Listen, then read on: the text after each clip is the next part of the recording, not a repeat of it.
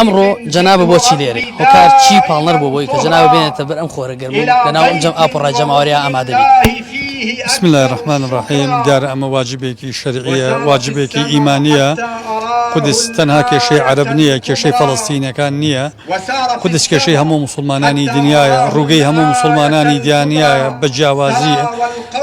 نتوا بجوازي زمان بجوازي ناس نامي همو مانوا.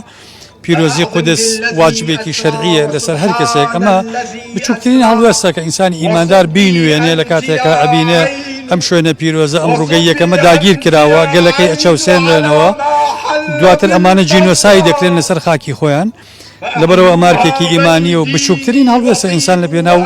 سەرخستنی قودس و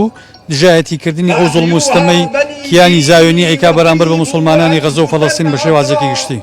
جناب فرمود كما بيندي بعرب وكردبون ونتوونيا أما هلوستي إنساني وآينيا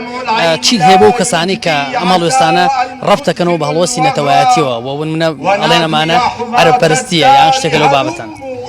أما تينا جيشتنا لأصل بيروكي قدس لبيروكي أقصى لبيروكي إيمان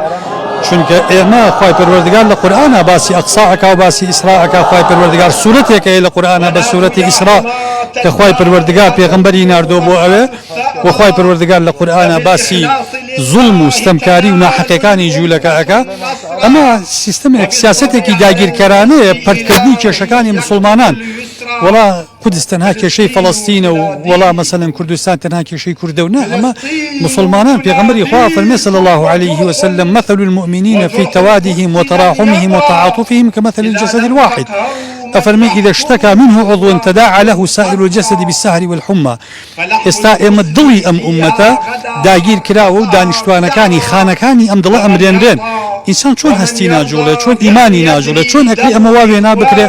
بۆ غەزەیەکان ئەمەی کە ئیکن لە پێناو مەسجیدی ئەقساوە لە پێناو ئەم ئەو سازژنەکردن لە پێناو ئەم شوێنە پیرۆزەیە ئەوان ئێستا قەڵغانی ئومەتێکن ئەوان لە بری ئومەتێک ئەوانە ئەمڕۆ قوربانی ئەدەن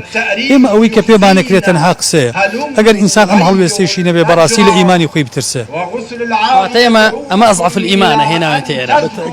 زیاترمان لەدەست نایە ئەگەرنا لە خزمەتی زیاتر ئەگەر زیاتر لەدەست بێ مەفروض بۆ ئێمە هەمومان ئێمە بە دەوڵەت بە سیاسەتمەدار بە پەرلەمان هەمومان ئێستا لێرە بووینایە مەفروض بۆ هەڵوێستی بە قووەترمان هەبوایە مەفروضە داکۆکی کارێکی سەرسەختتر بووینایە چونکە ئیسرائیل ئێستا ئەزانێ قەناعەتی بە عەقلی سیاسەتمەدارانی عەرەب و مسلمانان کردووە کە ئەمە تەنها قەزیەی فەڵەستین و قەزیەی غەزەیەکانە قەزیەی هەموو مسلمانان نییە ئەگنا ئیسرائیل ناتوانێت لە وجودی ملیارێک و 500 ملیۆن مسلمانە کە ڕژێمی جوولەکە ناگاتە 40 ملیۆن جوولەکە بتوانێت ئەم بێڕێزیە بەرامبەر بە پیرۆزەکانی مسلمانان و خوێن و خاکی مسلمانان بکا بەڕاستی سەرکەوتوو بن دەستی